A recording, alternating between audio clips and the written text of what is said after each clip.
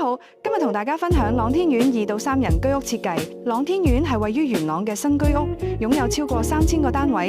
今次介紹嘅係287尺2到3人屋型，設計師利用訂造家私間開唔同功能區域，全屋設計分為睡房區、工作區、娛樂區。